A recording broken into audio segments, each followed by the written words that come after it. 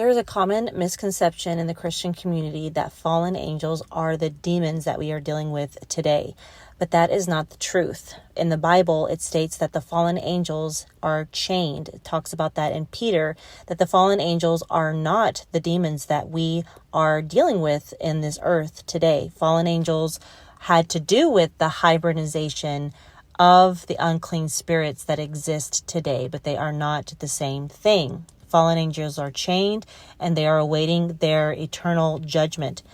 We can look at the Bible and also extra biblical texts like the book of Jasher and the book of Jubilees that discuss the kingdom of Nimrod and his occultism to give us further clues on what we're dealing with on this earth.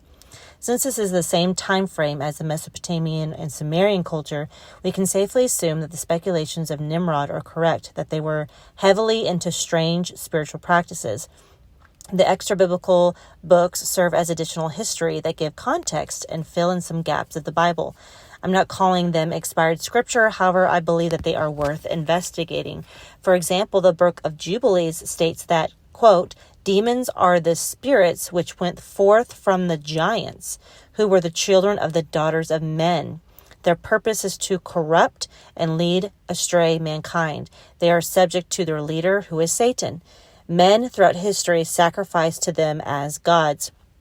They are to pursue their work or moral ruin until the judgment of Satan, when Satan will no longer be able to injure mankind, end quote.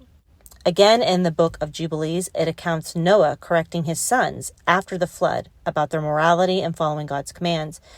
Noah begins to explain to them that they and his family were the only ones left after the fallen angels taught men how to sin and create this hybridization that was happening on the earth.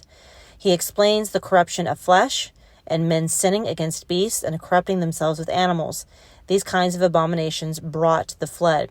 Noah in Jubilees warns that these kinds of abominations will be influenced by the demonic spirits of the hybrid race that was washed away in the flood. It states, quote, I see your works before me, that you do not walk in righteousness. For the path of destruction you have begun to walk, and you are parting from one another, and are envious of one another, that you are not in harmony, my sons, with each of his brother. For I see and behold, the demons have begun their seductions against you and against your children, and now I fear on your behalf that after my death ye will shed the blood of men upon the earth, and ye too will be destroyed from the face of the earth. For who sheddeth man's blood, and whoso eateth the blood of any flesh will be destroyed from the earth. End quote. This would make sense if you think about the bodies of the hybrid spirits or giants that were washed away in the flood. While their bodies were washed away, their spirits would remain. This is where we get demons from. Demons are not fallen angels. Jesus called demons unclean spirits. They are unclean because they were a hybrid offspring from the serpent seed that got into mankind. So if demons are still around influencing culture and kingdoms to do exactly what they did back then, it would be logical that these same spirits are what influenced Nimrod, Babylon, and the first one-world occultic religion. In 1 John 4, 2-6, it's, by this you know the Spirit of God. Every spirit that confesses that Jesus Christ has come into the flesh is from God, and every spirit that does not confess Jesus is not from God. This is the spirit of the Antichrist, which you have heard that is coming and is already in the world. You are from God, little children, and you have overcome them, because greater is he that is in you than he that is in the world. End quote. Additionally, Paul warns us that we don't wrestle against flesh and blood, but against the principalities and rulers of darkness over this world.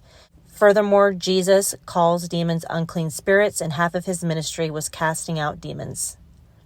These ancient extra-biblical texts may not be inspired scripture, but most of these books confirm what the Bible is already saying, and I believe that is worth investigating, because it confirms what we are dealing with here on this earth and the deception that is going on, and how that we need to have discernment as Christians to know what's going on around us and know that we are in a battle every single day.